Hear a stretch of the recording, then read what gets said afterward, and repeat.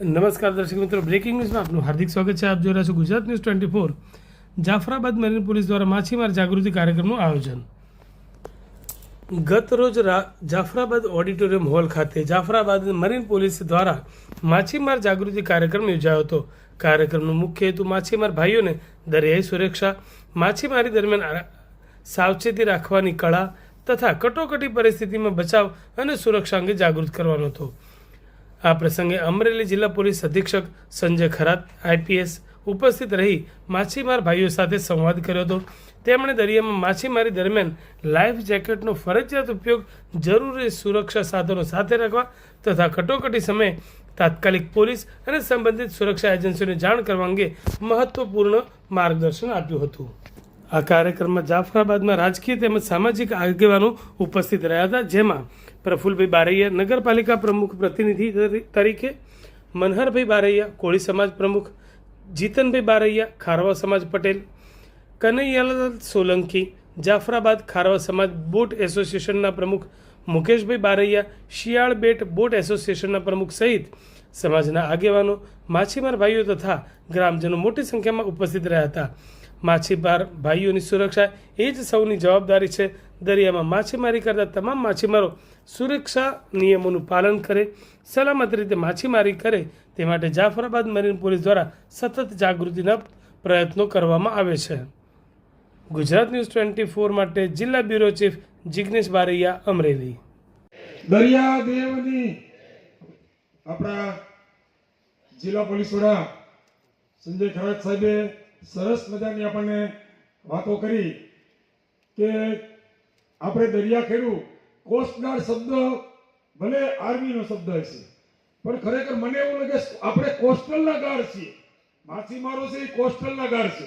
આપણે કઈ દરેક જગ્યાએ કોઈ પોલીસ કે દરેક જગ્યાએ કોસ્ટગાર્ડ નથી પહોંચી શકવાની, પરંતુ માછીમાર એવો છે કે એ દરિયાનો જો ખરેખર સાક્ષીદાર કે સુરક્ષાને કોઈ યોગ્ય હોય તો એ માછીમાર છે. કોઈ પણ પેલી માહિતી મળતી હોય તો માછીમારને મળે.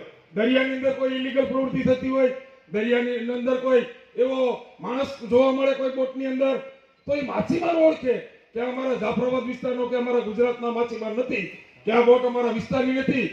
એટલે એ જો મરીન પોલીસને કે કોસ્ટગાર્ડ તો જે રીતે સરે એકદમ હળવાશથી જે રીતે શરૂઆત કરી, મને એવું લાગે છે કે એક અધિકારી તરીકે નહીં પણ એક સામાન્ય નાગરિક કદાચ હું તમારા ત્યાં પણ બેઠી હોઉં ને તો મને એવું લાગે કે કોઈ અમરેલી જિલ્લાના કોઈ પણ એક મોટા અધિકારી, અને ખાસ કરીને અમે જેમ પોલીસ ડિપાર્ટમેન્ટમાં છીએ તો અમારા પોલીસ વડા એ છે અમરેલીથી જાફરાબાદ આવી અને તમારી સાથે જે સુરક્ષા બાબતોનો એક સેમિનાર કરવાના હોય તો એમને સાંભળવો એક લાવવો છે. સર ખૂબ જ સારા વક્તા છે.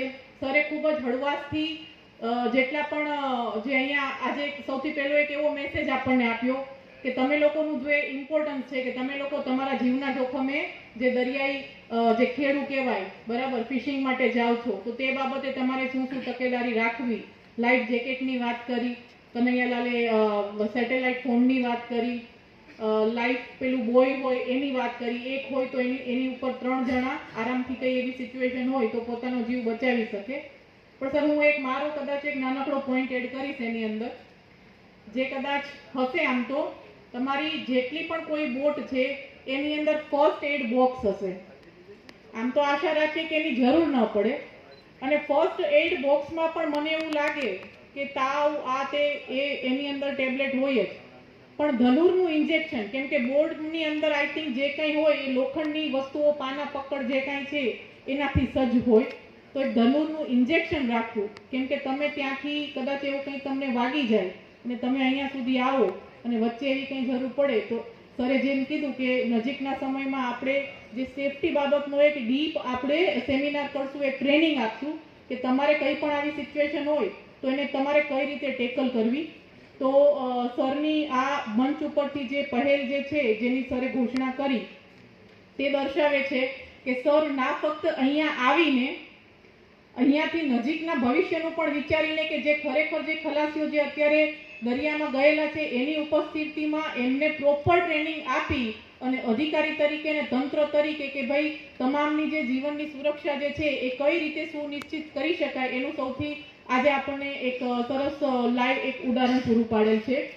અમરેલી પોલીસ અને સાથે સાથે ગુજરાત સરકારશ્રીના જે પણ અન્ય વિભાગ છે એ સતત કાર્યરત છે, પરંતુ અમુક વખતે આ નિસર્ગ છે અને નિસર્ગમાં સામે આપણે માનવી બહુ નાના પડે છે.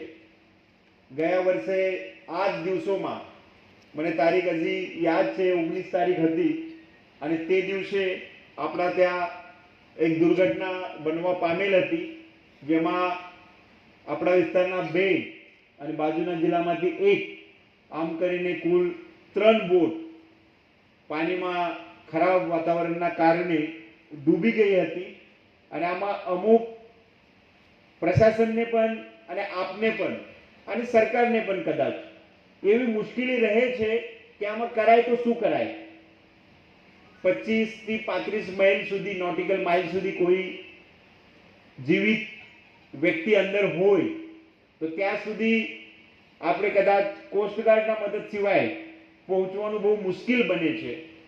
અને એમાં આપણે કેવી રીતે તાકેદારી રાખવી એ બહુ અગત્યની બને છે.